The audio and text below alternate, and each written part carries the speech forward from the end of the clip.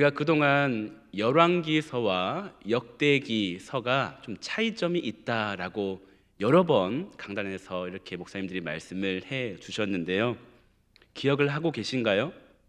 네, 오늘 역대하 1장이니까 역대하를 시작하는 시점에 한 번 더 복습해 보도록 하겠습니다. 역대기는 누구를 위해 쓰여진 책일까요? 바벨론에서 태어나서 바벨론 포로로 살아가다가 바사왕 고레스 칙령으로 인해서 이제 유대 땅으로 돌아온 유다 백성들을 위해 쓴 글입니다. 하나님의 백성으로서 그들의 정체성은 무엇인지, 그들이 무엇을 소망하며 살아야 되고 앞으로 어떻게 살아가야 할지 그 질문에 대한 답이 역대기라고 할 수 있습니다. 열왕기서는 목적이 있어요. 왜 북이스라엘과 남유다가 멸망해서 가나안 땅을 떠나서 이방 땅으로 포로로 잡혀가야 했는가, 왜 그랬는가에 집중하기 때문에 이스라엘 죄악들이 낱낱이 기록되어 있습니다. 그런데 역대기는 좀 다릅니다. 목적이 어떻게 하면 하나님과 바른 관계가 될 수 있을까, 어떻게 하면 다시 약속의 땅에서 회복의 은혜를 누릴 수 있을까, 거기에 초점을 맞춘 책이죠. 그래서 조상들의 죄와 허물을 부각시키는 것이 아니라 그들이 하나님을 예배하고 하나님의 말씀에 순종해서 율법과 절기를 잘 지켰던 일에 초점을 맞추어 기록하는 것이 역대기입니다. 귀환한 유다 백성들은 하나님이 다윗에게 주신 영원한 왕조와 영원한 나라를 주겠다라고 하신 다윗 언약을 소망으로 품었습니다. 그래서 성전 중심의 예배 공동체, 하나님과의 관계를 회복해야 하는 상황에 있었는데, 그렇기 때문에 역대기의 역사는 다윗 후손이 다스렸던 남유다를 중심으로만 기록하고 있죠. 그 중에도 성전 건축을 준비한 다윗, 그리고 성전 건축을 한 솔로몬, 그리고 제사장과 족보, 이 부분에 많은 분량을 할애하고 있는 것을 볼 수 있습니다. 자, 이런 맥락에서 오늘 역대하는 다윗의 아들 솔로몬의 통치로부터 시작합니다. 솔로몬은 가장 이상적인 왕으로 기록되어 있고요. 성전 건축가로서의 역할이 강조되어 있습니다. 솔로몬은 하나님께 다윗 언약을 받은 다윗의 후계자로서 이스라엘 역사에서 가장 풍요롭고 가장 안정되고 넓은 영토를 지녔던 그 시기에 통치했습니다.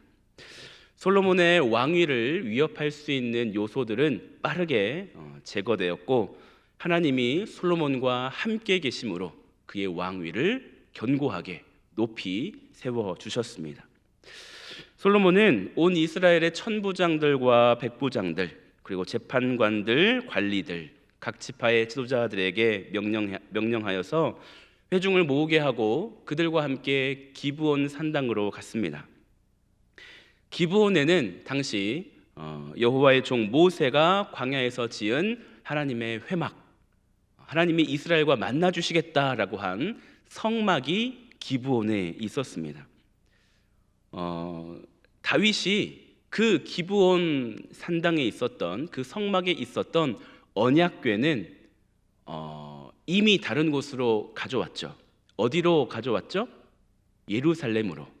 오벳 에돔의 블레셋을 저기 엘리의 아들들이 전쟁할 때 법궤 가지고 나갔다가 뺏긴 그 법궤가 여기저기 돌다가 결국 오벳 에돔의 집에 있던 그 언약궤를 예루살렘 성으로 안치를 이미 해놨습니다. 그래서 기브온 산당에는 지금 언약궤가 있다 없다? 없다. 그런데 그곳에 무엇이 있었는가 보면 모세 시대에 브살렐이 만든 놋 제단이 있었습니다. 제단에선 어떤 일을 하죠? 제물을 번제로 불태워 올려드리는 그 제단이 기브온 산당에 있었습니다. 그래서 솔로몬이 온 회중들을 데리고 이제 일천번제 드리기 위해서 기브온 산당으로 갔던 것이죠. 그곳에서 1000마리의 희생 제물로 하나님께 올려드렸습니다. 1000일 동안 번제를 드린 것이 아니라 1000마리의 희생을 주님께 드렸죠. 하나님이 그 솔로몬의 번제와 중심을 기쁘게 받으셨습니다.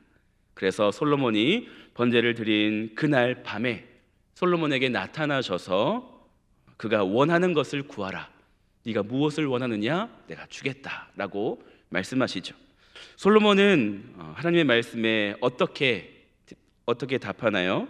우리 8절에서 10절까지를 함께 읽어보겠습니다. 8절부터 10절 시작. 솔로몬이 하나님께 말하되 주께서 전에 큰 은혜를 내 아버지 다윗에게 베푸시고 내가 그를 대신하여 왕이 되게 하셨사오니 여호와 하나님이여 원하건대 주는 내 아버지 다윗에게 허락하신 것을 이제 굳게 하옵소서. 주께서 나를 땅에 티끌같이 많은 백성의 왕으로 삼으셨사오니 주는 이제 내게 지혜와 지식을 주사 이 백성 앞에서 출입하게 하옵소서. 이렇게 많은 주의 백성을 누가 능히 재판하리이까 하니. 아멘. 솔로몬이 구한 내용은 두 가지라고 할 수 있습니다. 첫 번째는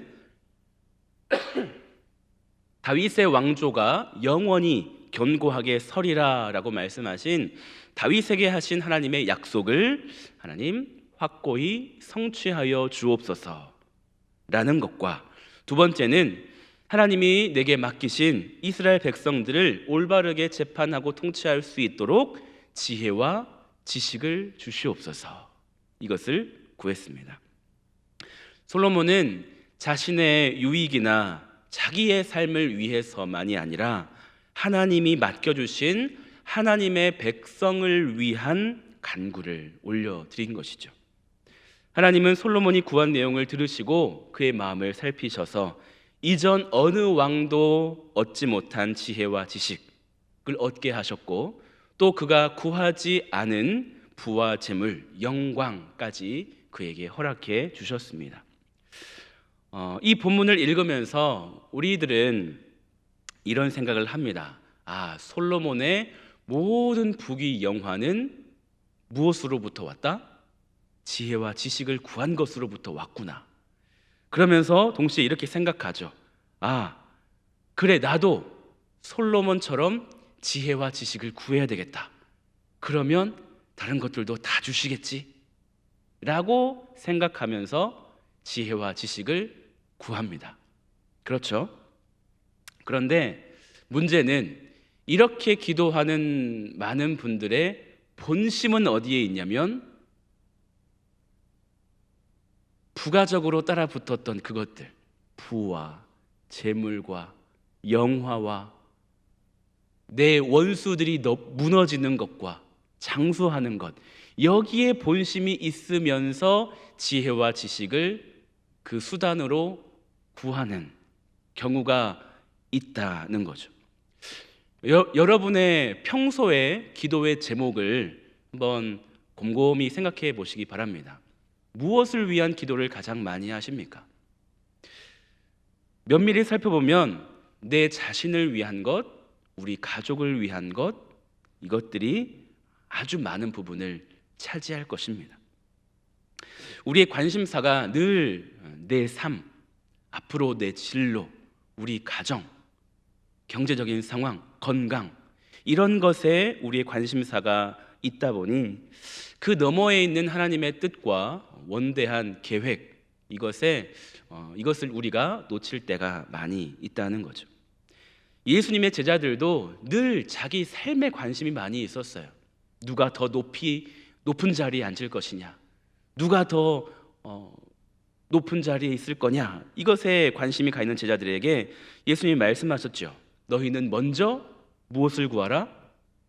하나님의 나라와 그의 의를 구하라. 그리하면 이 모든 것을 너희에게 더하시리라. 하나님은 그 제자들의 마음을 아셨던 거예요. 무엇을 원하는지 그 본심을 알았던 거예요. 그러면서 너희가 정말로 첫 번째로 구할 것은 하나님의 나라와 하나님의 의를 구해야 된다라고 말씀하셨죠. 예수님은 그렇게 마지막까지 하나님의 나라와 의를 구하시며 몸소 행하시며 살았습니다. 십자가에서 목숨을 죽기까지 순종하셨고 하나님의 구원을 온전하게 이루셨죠. 예수님을 따르는 우리 크리스찬들, 우리는 무엇을 구하고 있습니까? 여전히 세상 사람들이 구하는 것처럼 똑같이 먹을 것, 마실 것, 부와 재물과 명예를 구해서는 안 되겠습니다. 물론 필요하지만 그것을 목적으로 구하는 것은 이제 우리에게서 조금은 뒤로 물려놔야 할 기도의 제목입니다. 내가 가장 먼저 하나님께 구해야 할 것이 무엇인지를 우리가 바르게 알아야 합니다. 하나님이 우리의 중심을 살피고 계시기 때문입니다.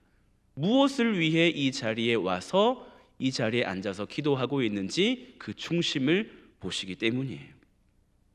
하나님은 솔로몬의 마음을 보셨습니다. 그래서 그 기도를 굉장히 흡족해 하셨어요. 그래서 그가 간구하지 않은 것까지 주셨는데 그것은 바로 하나님의 마음을 대변하는 기도를 드렸기 때문입니다.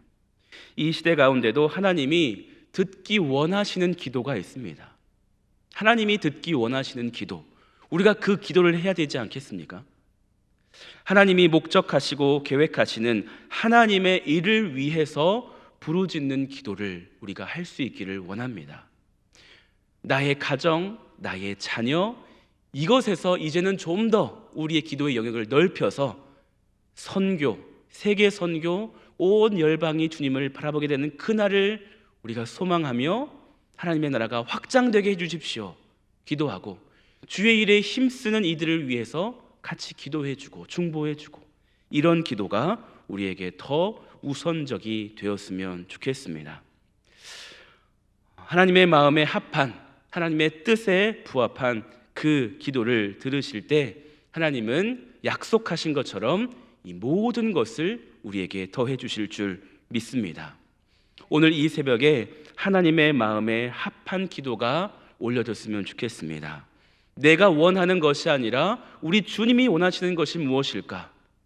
솔로몬처럼 자기가 원하는 것보다는 하나님이 나를 왕으로 세우셨으니 내가 어떻게 기도하고 어떻게 이 백성을 통치해야 할까를 고민했던 것처럼 우리의 마음에 하나님이 나에게 이 직분을 주셨는데 이 직분을 잘 감당하기 위해서 내가 무엇을 구해야 할까? 나를 보배로운 교회에 불러주셨는데 내가 이 교회의 부흥을 위해서, 이 교회 예배를 위해서 내가 무엇을 구해야 할까? 그 선한 마음으로 하나님께 구하시기를 바랍니다. 나를 찬양대원으로 세우셨고 나를 전도대원으로 세우셨고 나를 교사로 세우셨는데 내가 그 일을 잘 감당하기 위해서 무엇을 구해야 할까? 그게 우리에게 가장 중요한 고민이고 주님의 마음에 합한 기도를 드릴 수 있는 방법일 것입니다. 그래서 우리의 기도가 땅에 떨어지는 기도가 되지 않고 하나님 나라에 기여하고, 그래서 결국 우리의 인생과 우리의 모든 영혼이 풍성해지는 참되고 복된 기도가 될 줄 믿습니다. 그렇게 기도한 결과 어떻게 되었을까요? 오늘 1장 하반부에 보면 기브온 산당에서 돌아와서 예루살렘에서 통치하는데 솔로몬이 다스리던 시대에 얼마나 하나님께서 주신 복이 풍성했는지를 기록합니다. 이스라엘은 수많은 병거와 마병으로 이루어진 막강한 군사력을 가지고 있었고 은과 금이 돌같이 흔하게 되었고 귀하고 값비싼 백향목이 평원지대에 흔했던 뽕나무처럼 많게 되었다라고 합니다. 솔로몬의 말들은 왕실의 무역상들을 통해서 애굽과 구해에서 수입해온 것들이었고 해족속과 아람 왕들에게 되팔기도 했고, 그만큼 솔로몬이 통치하던 그때 풍요로웠고 평안했고 가장 이상적인 나라가 되었고 결국 성전 건축에까지 이르게 되었죠.